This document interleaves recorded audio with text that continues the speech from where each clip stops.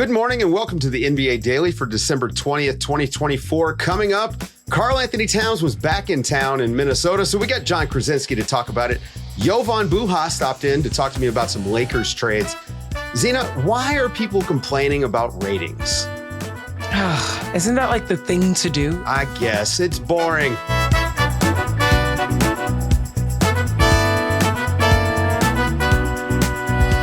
Good morning, everybody. Good morning, Zena.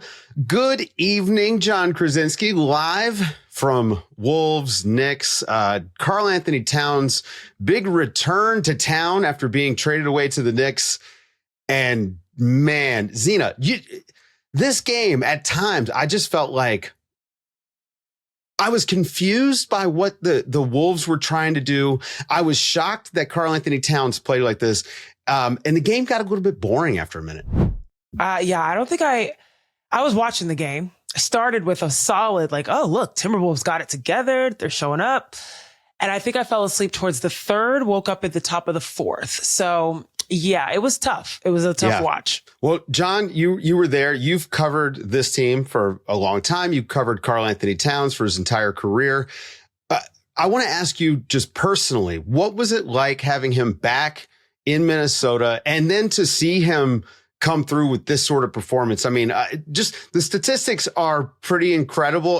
Tom Thibodeau, it was just effusive in the praise that he gave him.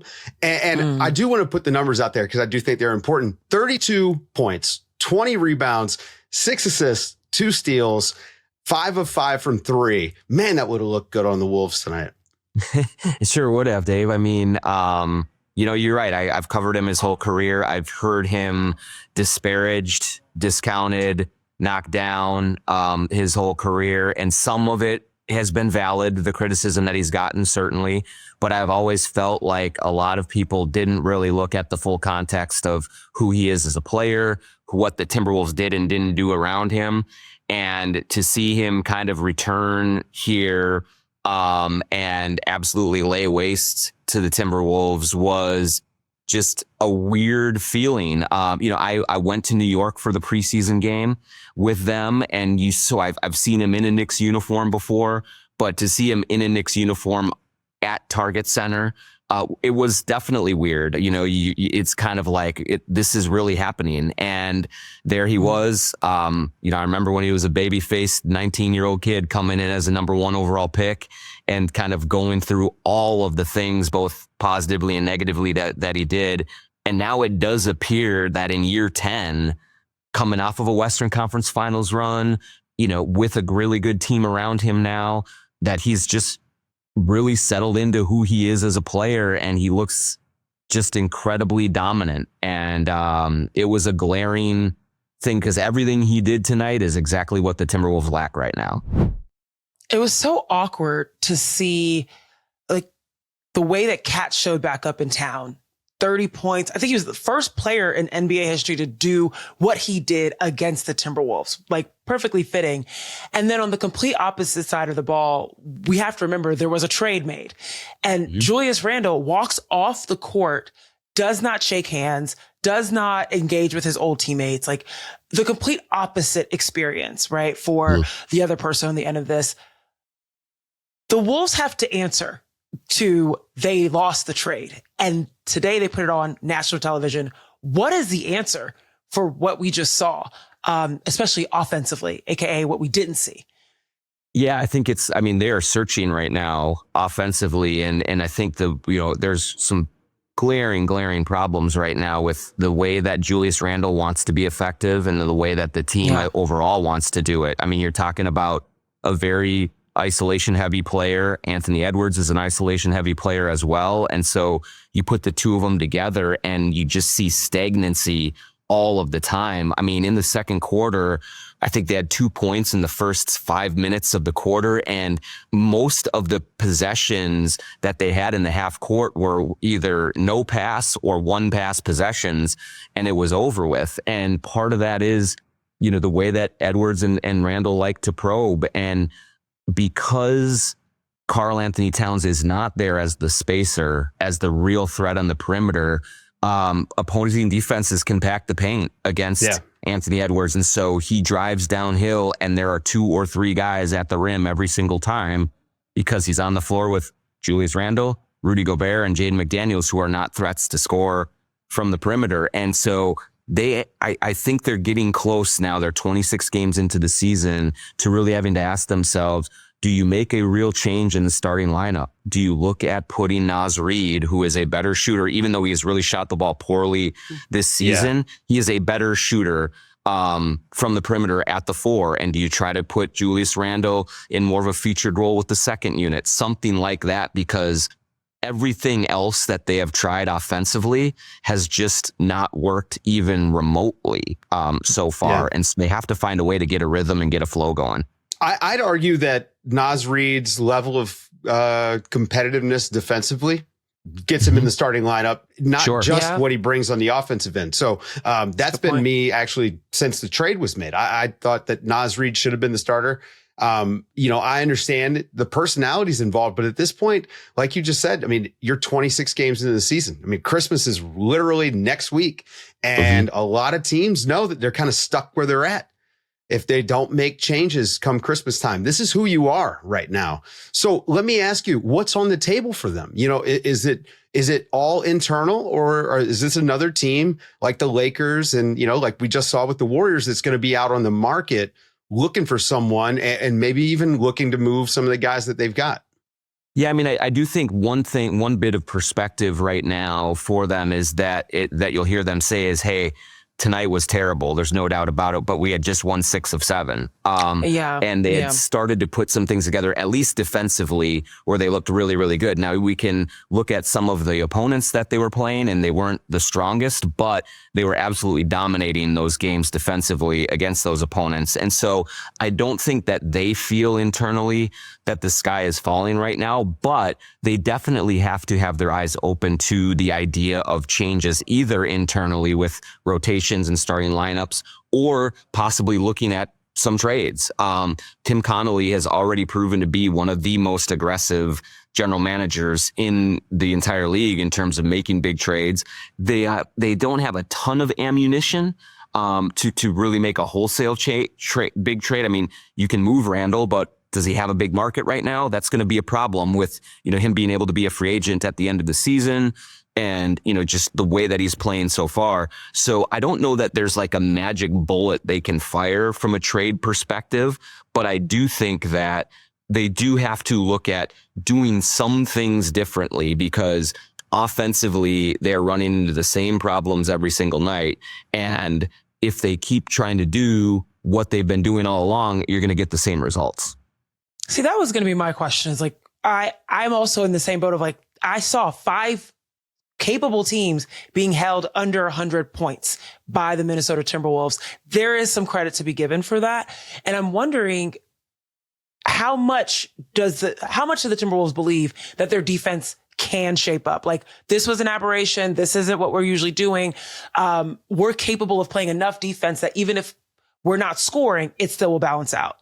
Yeah, Zena, I do think that they have a lot of confidence in their defense. Today was terrible. There's no question about that. But given that, it wasn't even just under 100, it was like 92 or below. Like, that's a minuscule number that they were holding teams to. Tonight, they did not have it for whatever reason. Rudy Gobert was terrible tonight. There just was not the same energy, the same intensity that they had been showing. So I think that they feel like, in general, they can get back to somewhere around, definitely a top 5 defense in the league. I think that, there are going to be nights like this where the other team hits a lot of shots and you just chalk it up and you shake their hand. But I think the greater problem for them is that when that defense isn't there, they do not have the offense to win shootouts. At least right now, everything is too difficult for them.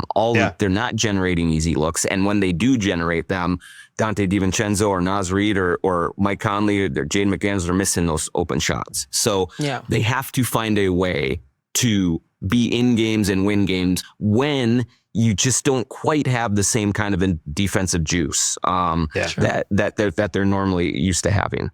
Yeah. I mean, look, it's a little bit of a similar problem to what they had last year, but they didn't have Towns, who was this just incredible offensive threat. I mean, you replaced him with Julius Randle and Dante DiVincenzo, who have both, it's been disappointing so far. So is there any other lineup shakeup that you might see coming here in the next, few weeks or month? I mean, Nickeil Alexander-Walker has been so good. I just think that he is one of the best 5 players. Does he get more run? Yeah, I mean, I think you could look at that, but then I think that the antidote or the compensation for that is probably playing Jaden McDaniels a little less. And Jaden has actually played really well of late. Tonight was up and down, but and kind of quiet. But in general, lately, the last 2-3 weeks, he's been really, really good offensively and defensively. And so, and Mike Conley would be the other guy that you would cut minutes for Nickeil. But Mike has been so important for any kind of offensive organization or structure. He is their only real quarterback. And so you hesitate to do that as well. I do think you did see tonight that Chris Finch did try to play Rob Dillingham a little bit more. And that is kind of, a spark plug guy who, he's a rookie. He's 19 years old. He's figuring things out, but he has a little more electricity and juice in him offensively and can maybe get the ball into transition opportunities a little bit more. And so I would think that they might try to continue to put him out there and just, you might have to sink or swim with him a little bit and until he gets a feel for this game, because you're going to need him over, by the playoffs, but certainly over the next couple of years as Mike Conley ages out of this. So that's one more guy that I think could use a little bit more time, even though tonight it did not go well for him. Yeah, they had a rough night. I mean, look, it was the Knicks night. They were absolutely fantastic. Terrific. Perfect. It was a perfect game for the Knicks. Perfect night for Jon Krawczynski. Thank you very much. Go and read him over at The Athletic. Guys, stick around after the break. I sat down with Jovan Buha. Zena, believe it or not, the Lakers are looking to make some trades. Would you have guessed shocker. that? Well, the Lakers were not able to go back-to-back in the in-season tournament, or NBA Cup. I've been making the distinction between the two because of the branding change. So we were able to get Jovan Buha to stop in and talk to us a little bit. Jovan, how's it been going watching the NBA Cup from home? It's been nice. I did enjoy the weekend in Vegas last year, but it just is nice to watch from home sometimes. Yeah. Well, okay. So a bunch of stuff happened while we were there. Every time the league gets together, something comes out. And usually now it's been all-star related. You were talking to LeBron today. It seems like the stars of this league weren't totally consulted on the changes to the all-star format. And just in case people don't know and you're listening, they've switched things up. They're going to have 3 teams of 8 collected of the 24 NBA All-Stars, plus a team from the Rising Stars, the winner of the Rising Stars game, in a 4-team tournament format, and to 40 points target score with a champion being crowned. Doesn't seem like the players like that all that much, Jovan. No, and LeBron stopped at the point of criticizing it to the extent that players like Kevin Durant, Devin Booker, and his teammate Anthony Davis just criticized over the last couple of days. But LeBron was implying some level of criticism. He acknowledged that something had to change with the game, but he also said that this is part of a bigger issue going on with basketball right now. And he pointed at the 3-point increase in terms of volume and just how the game has changed so dramatically since he's been in the league. So he kept giving us some kernels, and then when we would follow up with a follow-up question, he would stop short and just be like, I don't want to talk about this. But if you're going to ask, I think there's too many F and threes going on right now.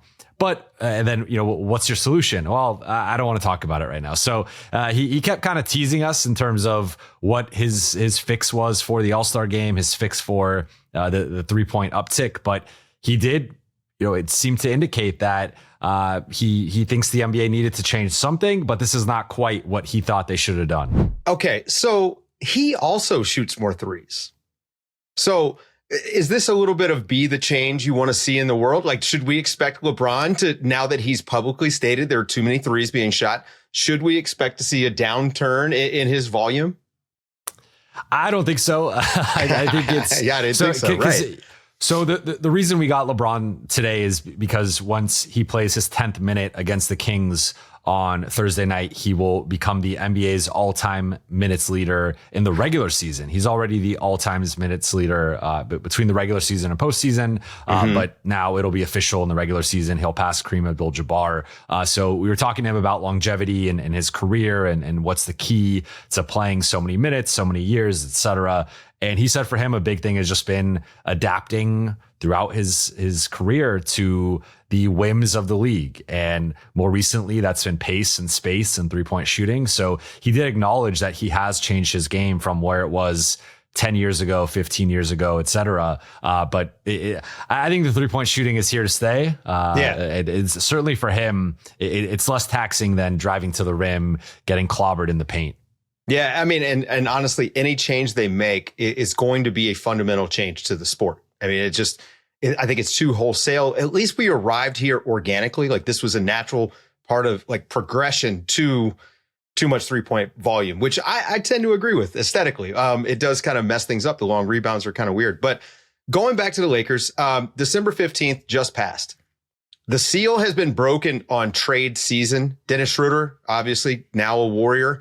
They made that move. Thomas Bryant is a Pacer, big swing there for Indiana. And the Lakers are the team that they are involved with every single player's name that comes up. I mean, everybody. Zach LaVine's been on that list for multiple years. Is there a guy out there that they can go and get realistically that makes a fundamental change to where they're going to wind up this season? It's almost like a rite of passage at this point for NBA role players to be attached to the Lakers in trade rumors. Yeah. It's like, you've arrived once you've been linked to the Lakers. But I'm not quite sure that there is. I would look at two guys in particular for me that seem to be realistic trade possibilities in Walker Kessler and Cam Johnson. I think if they were able to add either one of those or potentially both of them, depending on the ultimate asking prices, I mean, you could send a first to Utah and a first to Brooklyn. Those two players, I think, among what the Lakers need and who seems to be out there, I think those two could potentially be difference makers. But I think the larger point with that is, like, I don't see this as a one trade fixes everything situation. I think they have to make two separate moves. And the guy that they've been most closely linked to around the league has been Jonas Valanciunas. It's been the worst kept secret dating back to the summer when he was on LeBron's list of guys he was willing to take a pay cut for. Yeah. I was surprised by that. Looking at the rest of the list, it was like Klay Thompson, James Harden, DeMar DeRozan, and then Jonas Valanciunas. You have to remember they watched him in the World Cup. This guy, I mean, they watched him bruise in the World Cup. I think that changed some minds, man. But I also watched him in the regular season finale get played off the floor against the Lakers, and then them do it again one game later in the play-in tournament against the Pelicans. So I don't get how they could watch those two games and them attacking him in the pick and roll and attacking his defensive mobility and then turn around and be like, we need this guy on our team. I just don't get it. So I've personally been against the potential fit of Valanciunas. Like, I get they want a tough physical guy who could bang with Jokic in the post, but I would rather go for a guy like a Walker Kessler or even roll the dice with a guy like Robert Williams, where those guys are just better rim protectors, shot blockers, and have a bit more mobility defensively. But I think that the two fixes for them have to be a better interior defender and a better 3-and-D type wing, or at least, wing shooter, wing defender, at least check one of the boxes, if not ideally both. So I guess you could throw in maybe Dorian Finney-Smith, though he is, hitting his mid 30s. He has been playing more like 4.5 this year, not quite the wing stopper that they need, but I think they need to do something because the status quo is not working. If you look at their record against teams above 500, if you look at the skid they've been on, losing 8 of 12, I just don't think this group is good enough as constructed. And unless they're going to tear it all down, which I just reported that they are not planning to, if you are going to keep LeBron and AD as your core, you got to invest in it and you got to put some draft capital behind it. Otherwise, you're just on the treadmill of mediocrity. You know, I read your article right before we went to record this, and I mean, they basically need 3/5 of a starting lineup if I'm going based on your info, right? They need an athletic point guard. They need a 3-and-D wing. They need a big who can help rebound and pound the paint, right? That is literally, they need a basketball team. This team isn't that bad. No. They have had some success, and the early season success offensively, like it just disappeared. What happened there? Yeah, well, so I think to go back to the three needs that they've had, those were three needs they identified last season as well, and they have yet to really check any of those boxes. So I even said in the story, I don't think it's realistic for them to check all three of those. You can probably check two at most. And I think, again, the two that they need to check are the big man and the 3-and-D wing, big wing. Like they've just not had that really player going on almost 4 years now. But as for the offense, a big thing was they shifted the offense more toward LeBron. And they had the first 15 games or so where they ran things through Anthony Davis. They were very organized. And they were running the pretty offensive sets that NBA Twitter loves to break down that JJ Redick has implemented. But then around the 15 game mark, there was a pivot to getting LeBron more involved, because at that point, LeBron was posting a career low usage rate. And he at times took shots at the offense and shots at his own role within it. So I think clearly there was some internal discussion to get LeBron more involved. The issue is LeBron then went on arguably the worst slump of his career, or at least the worst slump since his rookie season, and the offense just fell apart. And I think there's been an acknowledgement, especially dating back to last week with the whole NBA Cup schedule and them having some time off, of we need to get back to playing the offense that we were playing earlier in the season. So we do need to find that balance of keeping LeBron happy and making sure he's getting his pick and roll reps and he's playing the spread style of offense that he likes to play. But at the same time, we need to keep AD involved. He's our best player. He's our offensive fulcrum. And we need to make sure that we just got to figure out a better blend between the two and not be so, such a stark contrast in terms of how the offense looks night to night. So, interestingly, their defense, they've had their last three games have been their three best defensive performances of the season from a defensive rating perspective. So the defense is trending in the right direction. Right. The offense continues to be a mess. And if you look at this group, it's an offensive-minded group. But beyond LeBron and AD, it's Austin Reaves, Rui Hachimura, D'Angelo Russell, Dalton Connect. These are all guys who trend more toward the offensive end. So I think if this team is going to hit their ceiling, it's got to be behind a top 5, top 8 offense at worst. And right now, they've been an average offense for going on almost a month. So they got to figure that end out, because if they're not an average offense and a bad defense, that's just a bad team. Yeah, so I think good. They got to get back to doing what they were doing earlier. Pretty plain and simple, cut and dry. Yeah. Go and check him out, guys. Go and read him at The Athletic. Follow him on the app. All the ways in which you can read Jovan Buha over The Athletic. All his Laker coverage found there. That's going to do it for today's show, folks. We didn't even have time, Zena, to talk about the Wemby dunk, the DeAndre Hunter dunk, Trae Young missing game-winning free throws. That's just the one game. The Keontae George dunk. Keontae George had we didn't have time for? The 51-point loss by the Warriors. Yeah, the Warriors had a rough one. But don't worry, we got Slam and Jam coming up tomorrow. They're going to recap the whole week to make up for the fact that we were in Vegas trying to stay alive. For Zena Keita, for Jon Krawczynski, for Jovan Buha, I'm Dave DuFour, and this has been the NBA Daily. Thanks for waking up with us.